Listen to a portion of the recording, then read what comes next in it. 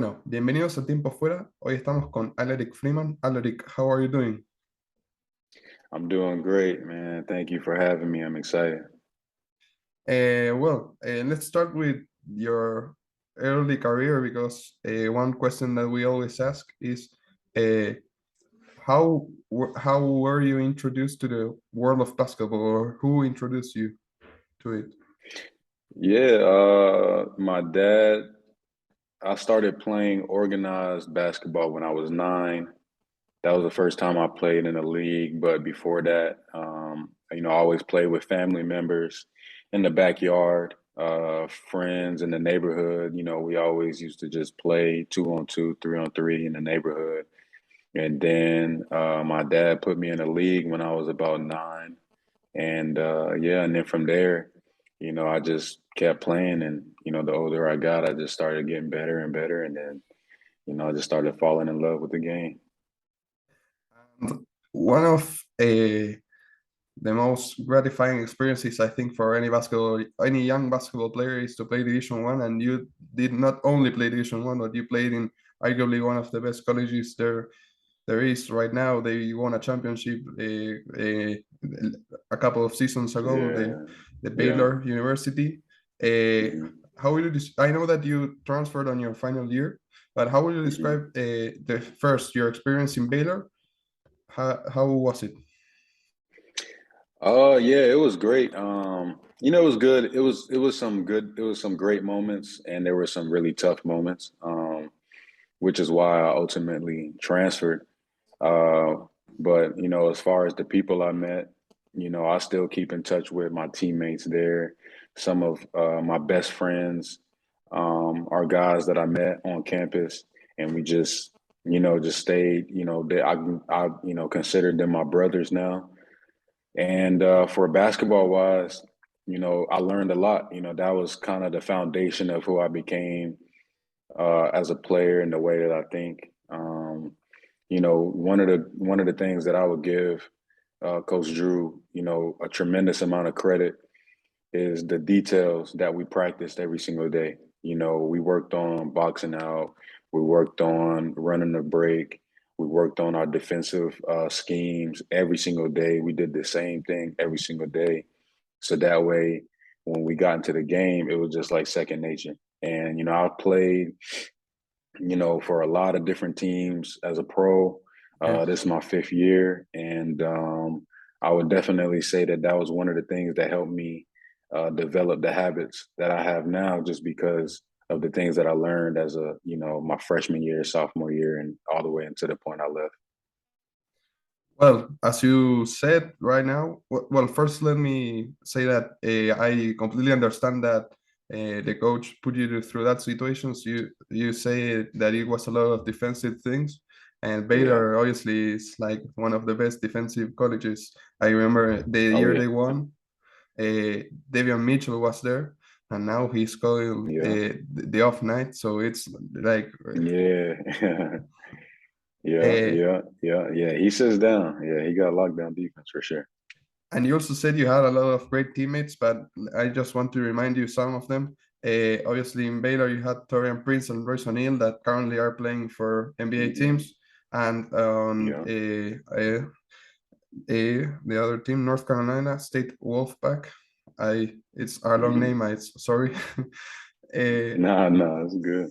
you play with Omar Yurtseven that right now hmm plays in Miami Heat. He is like borderline star player, o sea, a starting five player. So we'll see this hmm year. But how would you describe sharing these experiences in Division One with teammates that are now like on the best level of basketball, arguably? Because I personally, if I have like a friend that plays in NBA, I feel like obviously proud because I play with Yeah. that people. No, for sure. You're exactly right. Not even, just the NBA guys, but guys like, Jonathan Motley, who plays for Fenerbahce right now. Oh Nuni yeah. Omot, who just signed a training camp deal with the New York Knicks. Um, you know, a lot of these guys have had, you know, and Jonathan Motley also had some time with the Clippers and with the Mavs. So, yeah, I mean, you know, I think you're exactly right that it's, you know, it's a proud moment. Ishmael Wainwright, who's with the Suns right Yes. now. Um, and, you know, I mean, you can't win without talent. You know what I mean? So Baylor did a great job of recruiting, still does a great job of recruiting. North Carolina State as well, you know, is traditionally a powerhouse school. You know, unfortunately, they have to recruit against North Carolina and Duke every year. But, you know, at the end of the day, in order to win, you got to have talent. And when I look at, you know, the teammates that I've had that have played in the NBA, that have played, you know, high level Europe, EuroLeague, played in, you know, China or different places. Um, on one hand, like you said, it's like, man, I played with that guy. And then on the other hand, it makes me feel good about myself as well because I know that, you know, I've been on the same court with these guys. I played with these guys. I played against these guys as pros. And, you know, it kind of just gives me confidence like, okay, you know I can play at that level as well. Um, and you know, it's really awesome to see those guys do great because you know them at a young age. You know, TP, Torian Prince. You know, he's you know married with kids now, and I remember, you know, the times where me and him, you know, driving to McDonald's. You know, on campus and stuff like that, and spending time with each other. And the same thing with Jonathan Motley and Ishmael Wainwright was my roommate my freshman year at Baylor. You know, me and Omer Yurtseven played chess every single road trip, you know, at NC State. So, you know, when I see those guys doing great, it's just amazing to see it because we spent, you know, personal time together and to see those guys, you know, be rewarded for their hard work. It's an amazing thing to see for them for sure. And let me tell you this, I saw the stats on all of your college years, and they were great. Like you were really Appreciate you. playing. Thank you, thank you. Yeah, man, I'll try. You know, I'll try. You don't have to be humble here. You can feel a little bit good about yourself. You can boost up your ego. Appreciate you, man. Thank you. Yeah, yeah. You know, I try. You know, I mean, you know, just keep putting in the work. It's a marathon. You know, so there's a lot of guys who do well in college, and then you know they don't do well in the pros, or guys that do well in pros who didn't do as well in college. So, you know, I always try to keep that in perspective. You know, there's so many good players, so you know, I always just try to stay humble because I know as fast as it comes, as fast as it can go. So. Yes, and you just said players that play good in university and players that play good in overseas or pro level. But I Mhm. think that you did both because you played in Russia, Turkey, France, Italy, China. But you did not only play like in mid-level tier teams. Like you played in Yeah. great teams in CSKA Moscow, in Venezuela right now, in Asbel. I don't know how to say the Hmm. first part of that team's name. Yeah, yeah, yeah. But how would you describe your experience in overseas basketball? You think it's a lot different because obviously because of the rules. Uh, how would you describe it? Yeah, it's definitely an adjustment that you have to make.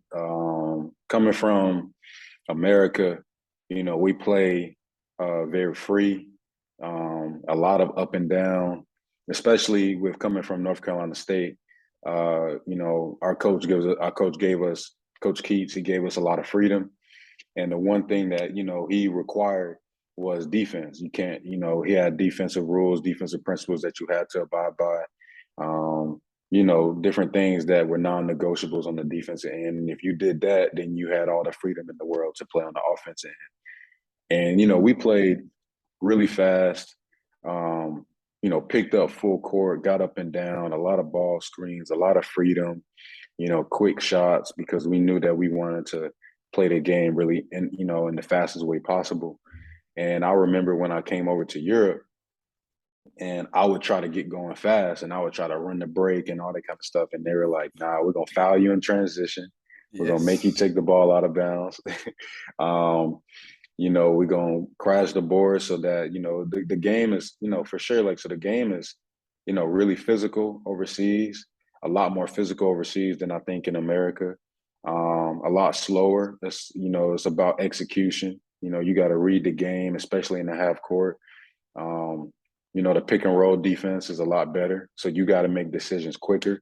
And you have to be very, deliberate about what you're going to do. You can't be hesitant. You got to know, like, okay, I'm looking for the corner guy or I'm looking for the short roll. And, I would definitely say, like, even from my first year in Hungary, I've learned the game in such a different way. And like you said, playing in France and now I'm all the way in, to now I'm in Italy. Every country plays so differently. The styles are so much different that you have to adjust your game. And I definitely, I appreciate it. I definitely can, when I'm older and, I have a son now. So I hope he plays basketball. And, when he does, I can kind of just teach him early what I've learned late, So that's the thing that I kind of just appreciate the most is the knowledge that I've gained. Incredible. And well, going into your number selection, I know that this year you were number 5, but you also were number 2, you also were number 12. What's like the reason you were number 5, and if that is the like original number that you always want to use, or do you change it? Yeah, no, actually, how did it? So I wore 25 at Baylor, and then I wore 12 at NC State. And I think at NC State, I don't even know why. I know my uncle wore 12 in college. So I kind of wanted to just, I was coming back home to North Carolina where I'm from. So I kind of just wanted to, just put on 12. And then it was my first year in being a pro in Hungary. And one of the guys that I look up to the most is Curtis Gerald. And he's, really big brother of mine. He played at the highest level for, Milan and other EuroLeague teams. And he's a guy that even from Baylor that I go to and just ask him for his advice. So I kind of just wanted to, pay homage to him wearing 55. And then I don't know why I switched to number 2 my first year at Bursa. And from there, I just stuck with number 2 because I was playing so well in it. And then when I got to Cheska, I had an injury and they gave my number away. They gave my jersey away, number 2. So when I got back, they switched me to number 5. And so I just stayed with it. I was just like, you know what? Like, I'm just going to wear number 5. Like, they gave it to me. So I'm just going to continue it until, if something happens or something. I don't know. I just kept it going. What a jersey number story, like a complete timeline. Yeah, a little timeline on how I got to be number 5. There we go. And obviously, as I said before, you won this first game of this season, and in the Lega A, I believe it's called, or maybe I have to do an Italian accent to say it right. But uh, how would you say this season? How would you expect this season to go? Do you think that Yeah, your goal is to win it, to classify for the EuroLeague? How would you say? yeah. No, I think you hit the nail on the head. When you sign guys like Ricky, Morishini from Milan, Jason Granger from, EuroLeague vet, Marcus Spisu, Tessitore, Jeff Brooks, myself, Jordan Parks. I hope I'm not missing anybody out, missing anybody, but leaving anybody out. But we signed Derek Willis. We signed so many, really good players and high level players that I think could be in the EuroLeague, and guys that are coming from the EuroLeague. And I think when you have a roster that looks like this, I think the expectation is to win the Euro Cup and to be in the EuroLeague next season. And I think the expectation is to be in the finals for the Italian league. Yeah. With us three, us, Bologna, and Milan, it's unfortunate that one of us is we're gonna have to play against one of them, or one of us is gonna have to play against each other in the semifinals. And So, but I think that's the expectations, and that's the expectation. And I think anything short of that would be a disappointment, honestly. And I don't mean to sound, too critical or too harsh or, anything like that. But I think that we are a really good team from top to bottom with bigs, with wings, with guards. And I think that, the only reason why we shouldn't be in the finals of the Euro Cup in the finals of the Italian league is if injuries happen or we just didn't play as well as we should have played, and that happens. We're human beings. That's a part of life. It's a part of the game. But I think if we look in the mirror, um, I think that we all expect this team to be in the finals of both competitions. Yeah, there's a really big competition in Italy. There are great teams over there. Oh yeah, for sure. It's my first time playing in Italy, so every night I'm like, dang, these guys are pretty good. I'm used to Turkish league, Turkish basketball, but this is definitely a really good league too.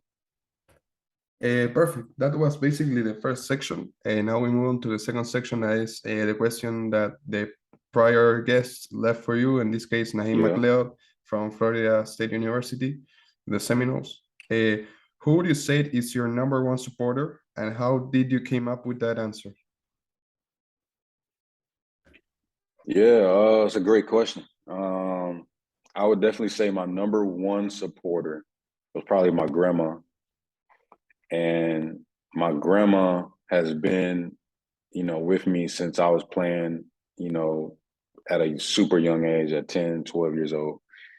And just for her to pray with me, every single day, um, before every single game, every single season, even when I travel and fly, we have prayer and stuff like that. And I call her after every game that I have and talk to her about all the tough times, the injuries, getting cut and all this kind of stuff. Like, she's the person that I feel like have always had my back.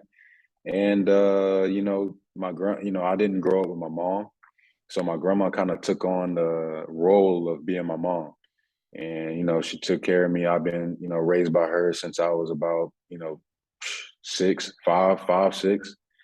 So I definitely would say my grandma. And, that's like my number one lady. Nobody can ever take her spot. It makes me emotional just talking about her because, I love her so much.